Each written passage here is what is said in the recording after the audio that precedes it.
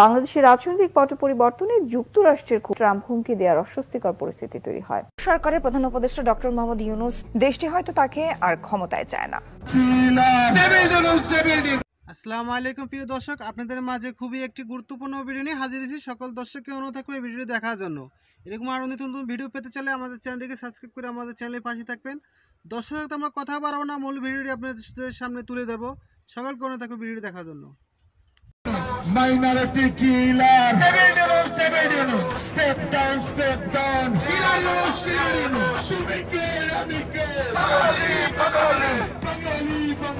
বাংলাদেশের রাজনৈতিক পরিবর্তনের বাতাস আরও তীব্র হতে শুরু করেছে। মার্কিন প্রেসিডেন্ট ডোনাল্ড ট্রাম্পের সাম্প্রতিক বক্তব্যের পর স্পষ্ট হয়ে গেছে বাংলাদেশের অন্তর্বর্তীকালীন সরকার খুব শীঘ্রই ক্ষমতা হারাতে চলেছেন। কিন্তু কিভাবে, সেটা জানার পর আপনার চোখ কপালে উঠতে বাধ্য হবে। প্রিয় দর্শক, ওয়াশিংটনে ভারতের প্রধানমন্ত্রী নরেন্দ্র মোদীর সঙ্গে বৈঠকের আগে ট্রাম্প স্পষ্ট করে জানান, বাংলাদেশের ক্ষমতার পরিবর্তনের ক্ষেত্রে আমেরিকার কোনো গোপন ভূমিকা নেই, বরং এই পরিস্থিতির সমাধান তিনি প্রধানমন্ত্রী নরেন্দ্র মোদীর হাতে ছেড়ে দিয়েছেন।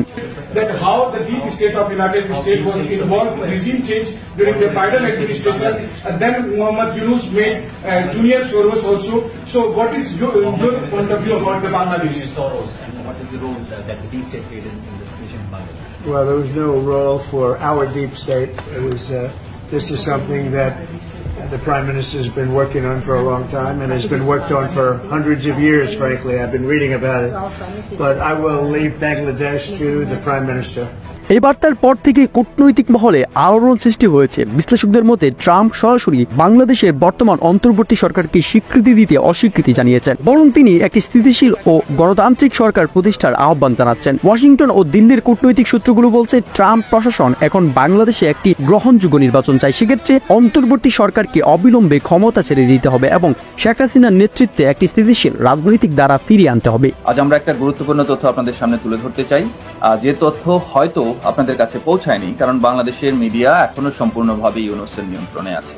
ঢাকায় বাংলাদেশের নিযুক্ত যে চার্জ দ্য অ্যাফেয়ার্সের ট্রেসি জ্যাকবসন, উনি প্রধান উপদেষ্টার সাথে বৈঠক করেছেন।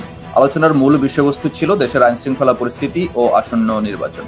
আমরা জানতে পেরেছি ওই বৈঠকে আওয়ামী লীগকে নির্বাচন অন্তর্ভুক্ত করার বিষয়টি আলোচনায় এসেছে, কিন্তু এই গুরুত্বপূর্ণ তথ্য বাংলাদেশের নিয়ন্ত্রিত যে মিডিয়া সেটা আমরা প্রকাশ পেতে দেখিনি।